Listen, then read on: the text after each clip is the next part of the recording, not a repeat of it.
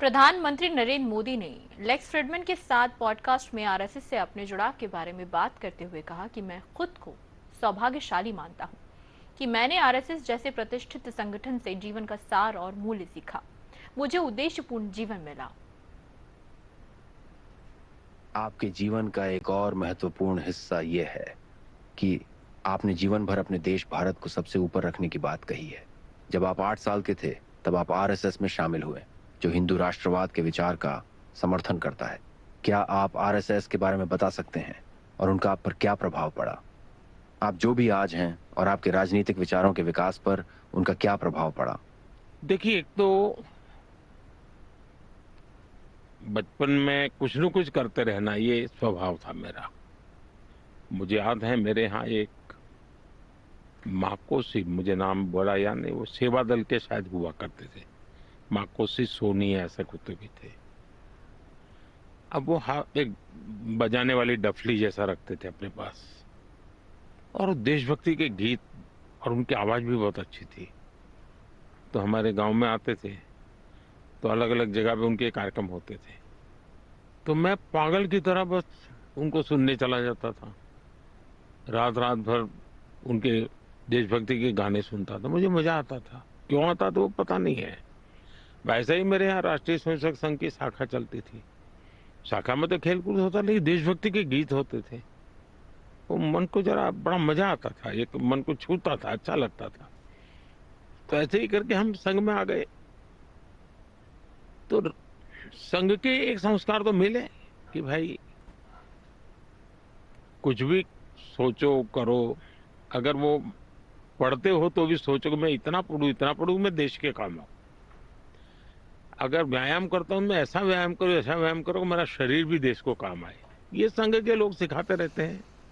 अब संघ एक बहुत बड़ा संगठन है, शायद अब उसके 100 साल हो रहे, ये 100वां वर्ष है। और दुनिया में इतना बड़ा स्वयंसेवी संगठन कहीं होगा ऐसा मैंने तो नहीं सुना है। करोड़ों लोग उसके साथ जुड़े हुए हैं।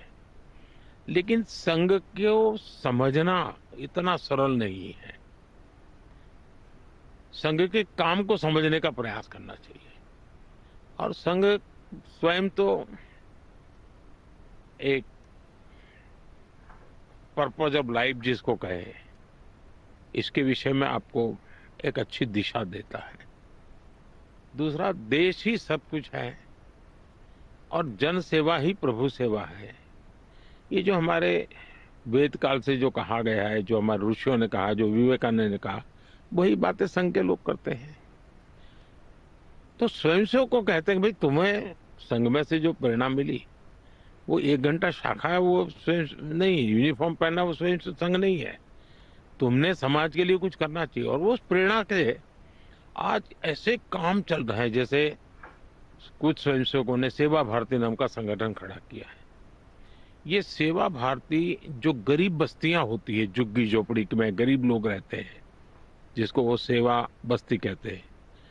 मेरी मोटी मोटी जानकारी है, करीब 1.25 लाख सेवा प्रकल्प चलाते हैं वो, और किसी सरकार की मदद के बिना, जो समाज की मदद से वहां जाना, समय देना, बच्चों को पढ़ाना, उनके हेल्थ की चिंता करना, ऐसे ऐसे काम करते हैं।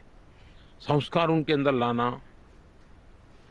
उस इलाके में स्वच्छता का काम करना।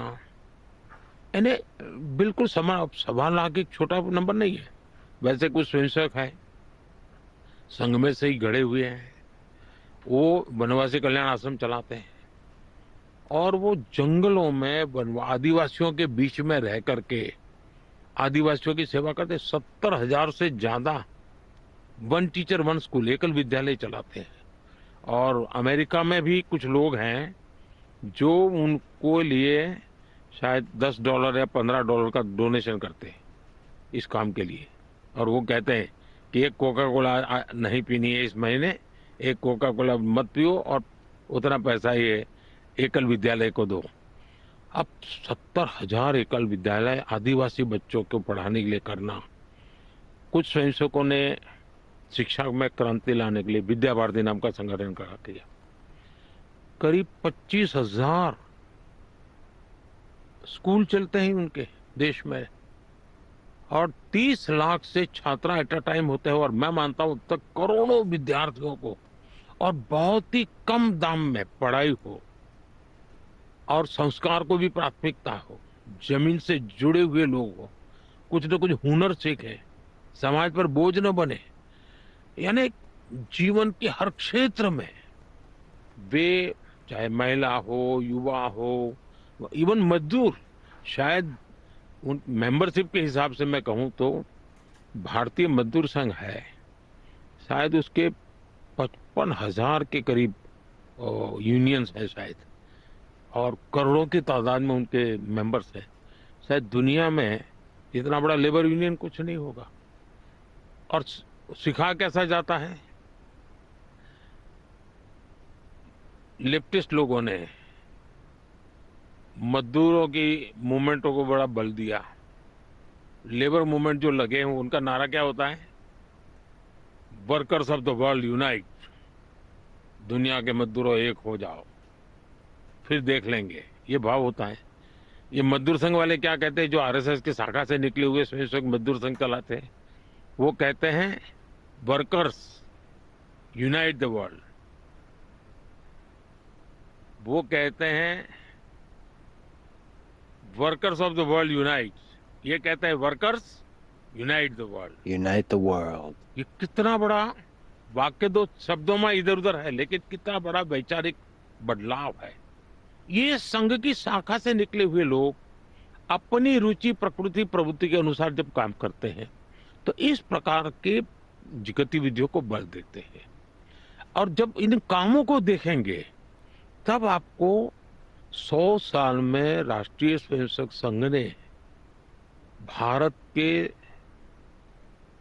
सारे चकाचौंध दुनिया से दूर रहते हुए एक साधक की तरह समर्पित भाव से, तो मेरा ये सौभाग्य रहा कि ऐसे पवित्र संगठन से मुझे संस्कार मिले जीवन के, लाइफ ऑफ पर्पज में जो मिला।